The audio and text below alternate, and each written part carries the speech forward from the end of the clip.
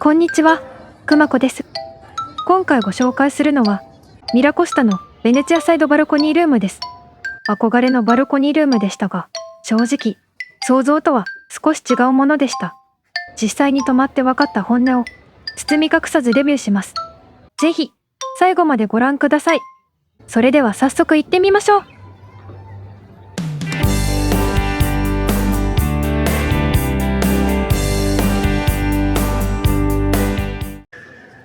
今日はミラコスタのロビーからスタートです。今回の客室は2025年6月に新設されたベネチアサイドバルコニールーム。客室はロビーと同じ2階にあります。エレベーターには乗らずにこのままこちらの通路を進みます。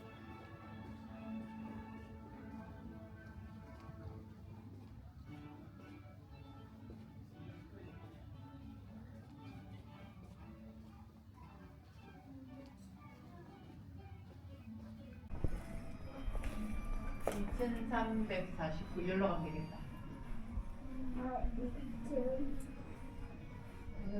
今回の客室は2334号室です。まずはリツモのルームツアーを始めます。とにかく早く景色が見たいという方は、チャプターから次のシーンへスキップしてください。ということで、到着しました。2334号室。それでは、いざ入室。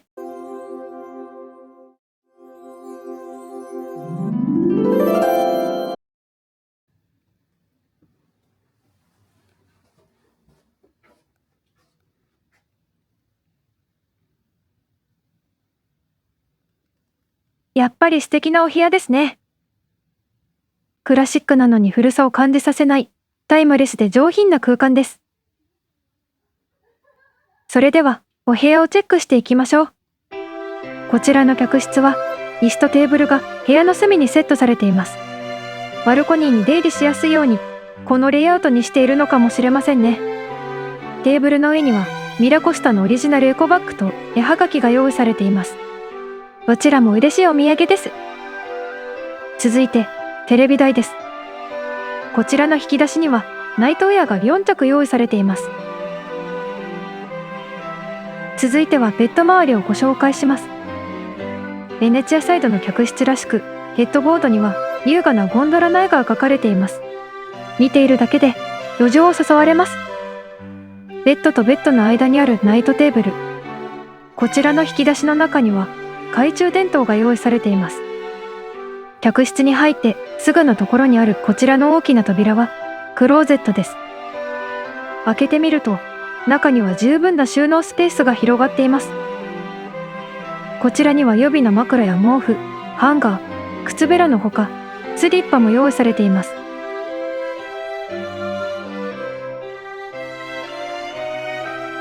クローゼットの壁にはセーフティーボックスも備え付けられています。貴重品の管理もこれで安心ですね。次はサニタリールームに行ってみましょう。洗面台の左側には細かい身だしなみに便利な置き鏡とハンドソープ、そしてうがい用のコップが用意されています。そして洗面台の右側には見ているだけで心ときめくアメニティたちが並んでいます。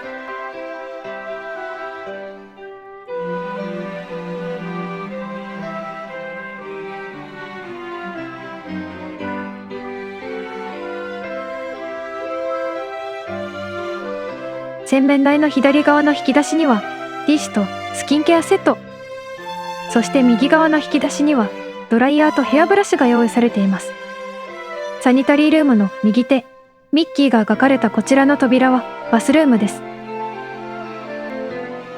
洗い場付きで広々としているので、ワークで疲れた体をゆっくり休めることができます。シャンプー、コンディショナー、ボディソープはディスペンサー式になっています。たっぷり気兼ねなく使えるのが嬉しいですね。そしてサニタリールームの左側、こちらの扉はお手洗いです。最後にお部屋のバーエリアをチェックしておきましょう。こちらにはコーヒーカップやグラスのほか、無料のコーヒーや日本茶も用意されています。冷蔵庫にはミネラルウォーターも入っています。こちらももちろん無料です。それでは、いよいよバルコニーへ出てみましょう。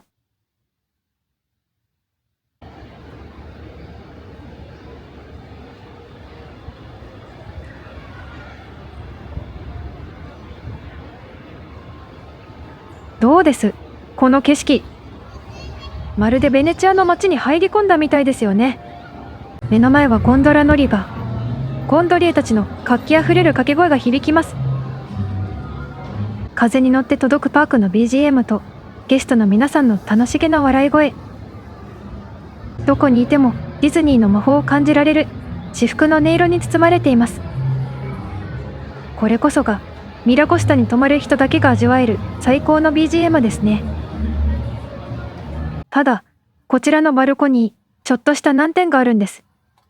見ての通り、柵が二重になっていて、手前と奥の柵の間にかなりのスペースがあるんです。しかも奥の柵は幅も広くて高さもあるので、普通に立っているだけだと、ここから下が見えないんです。バルコニーには一段高くなった段差があるのですが、身長158センチメートルの私でもかなり厳しい高さ。正直、小さなお子様だと全く何も見えないと思います。せっかくの景色ですが、お子様と一緒に楽しむには、大人が抱っこしてあげるなどの工夫が必須ですね。そして、もう一つ残念なことが。ベネチアサイドのバルコニールームは、このように壁に囲まれていて、特に右側の視界がかなり遮られているんです。もっと右の景色を見たいと思って体を乗り出したくても、この二重の柵がしっかりガードしているので、物理的に阻止されてしまいます。今回は3部屋並んでいるうちの一番右のお部屋だったので、こちらの壁がどうしても気になってしまいました。もし一番左側のお部屋だったら、また少し違った角度で景色を楽しめたのかもしれません。こればかりは運次第ですね。ただ、そんなもどかしさも吹き飛んでしまう時間がやってきます。夕方から夜にかけて、パークに明かりが灯ると、こんなに幻想的な景色が広がるんです。この美しさを前にしたら、柵の高さや壁の出っ張りなんて、どうでもよくなってしまいます。この最高な夜景を眺めながらディナーをいただきたかったので、今夜はルームサービスを予約しています。今回お願いしたのは、シーズナル料セット。季節の食材を贅沢に使った、見た目にも華やかなコース仕立てのセットです。チーズやパテ、ライスコロッケなどの前菜盛り合わせ。メディテレーニアンハーバーをイメージした魚介たっぷりのミラコスタ風サラダ。スモークチキンと彩り野菜のピッツァ。ツナとオリーブのトマトスパゲッティ。そしてデザートの盛り合わせです。キャストさんがよろしければカーテンを開けて景色を眺めながらお楽しみくださいと素敵にセッティングしてくださったのですが、この客室はバルコニールーム。お隣のバルコニーとの間に目隠しがないんです。カーテンを開けるとお隣のバルコニーにいる方とバッチリ目が合ってしまうかも。気になりだすと落ち着いて食べていられなくて、結局カーテンをしっかり閉めていただくことにしました。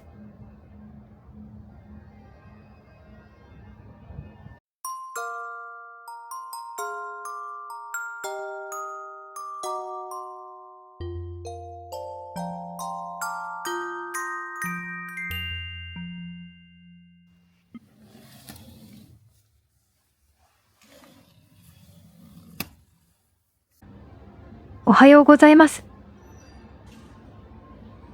せっかくなので、これからパークへ行って、下からこの客室がどう見えているのか、位置関係を確認してこようと思います。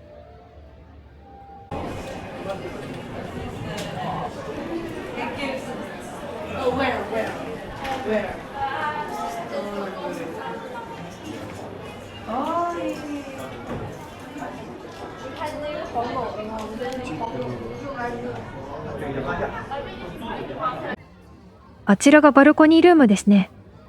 高さのある柵のおかげで、下からバルコニーは全く見えません。あの柵のおかげで、パーク側からのプライバシーはしっかりと守られていたんですね。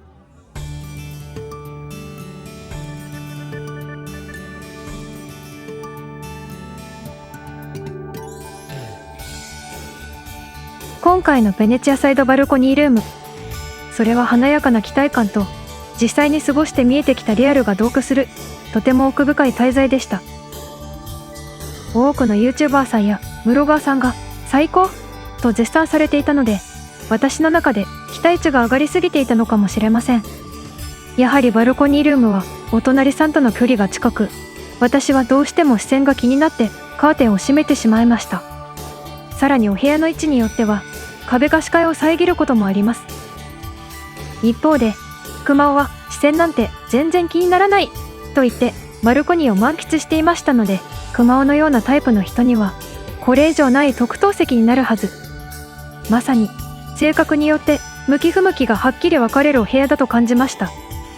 私の正直な感想としては、もし他のゲストの視線を気にしてそわそわしてしまうくらいなら、少しお値段もリーズナブルなパラッとカナルビューの方が気兼ねなくもっといい景色を楽しめたのかもしれない。そんな風に感じた今回の宿泊でした。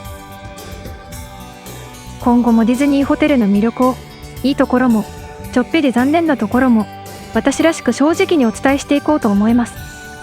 ぜひチャンネル登録をして次の動画をお待ちいただけると嬉しいです。それではまた次回お会いしましょう。